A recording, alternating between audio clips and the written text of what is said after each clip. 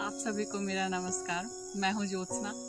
आज फिर से आई हूँ एक नई पोइट्री लेकर। तो आज मैं बहुत ही सीरियस टॉपिक पे बात करने जा रही हूँ। मैं आज दहेज प्रथा पे बात करने जा रही हूँ। जैसा इसका मैं डेटा कलेक्ट की तो almost per year in India 8000 जो लेडीज़ हैं वो अपना जान गंवा बैठती हैं, या फिर उसकी वजह हो, या फिर उन्हें जिंदा जला दिया जाता है, या फिर वो अपना सुसाइड कर लेती हैं, या फिर उन पे इतना बहुत ही ज़्यादा प्रेशर बना दिया जाता है कि वो उस मानसिकता को नहीं झेल पाती हैं और वो अपने आप को दवा खाने या फिर सुसाइड करने पे वो मजबूर हो जाती हैं, या फिर उन्हें मजबूर कर दिया जाता है, या फिर उन्हें गोली देकर मार दी जाती है।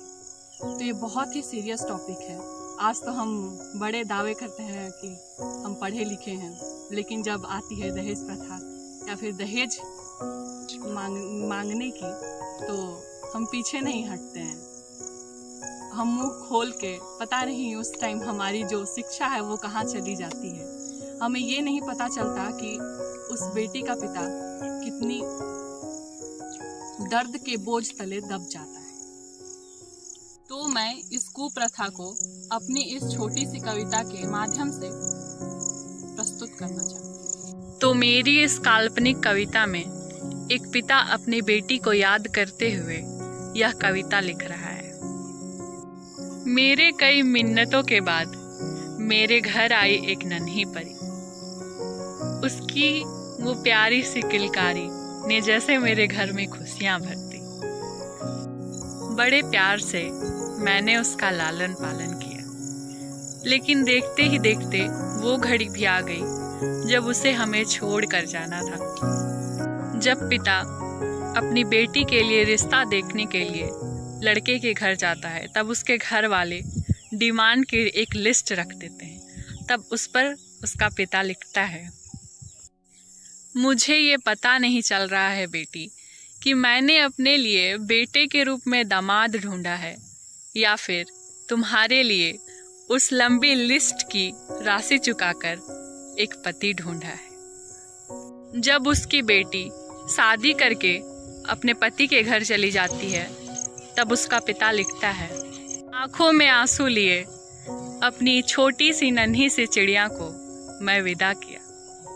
सोचा क्या खूब वो खुश होगी अपने ससुराल में, क्योंकि मैंने उसके लिए एक लंबी सी लिस्ट का तोहफा दिया।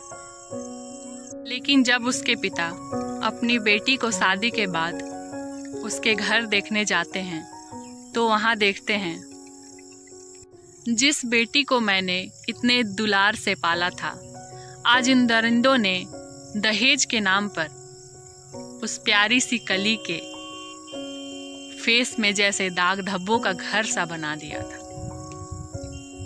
ये बोला, चल कली, ये घर तेरे लायक नहीं। पर उस कली ने कहा कि पापा, ये सोसाइटी क्या कहेगी। तब मैंने उसे समझाया, बेटा, मुझे ये सोसाइटी की फिक्र नहीं है।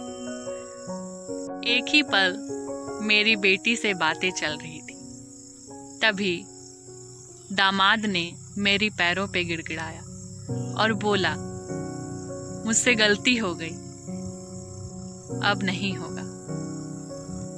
मैंने सोचा चलो अच्छी बात है। इन दरिंदों ने कुछ तो अच्छा सोचा।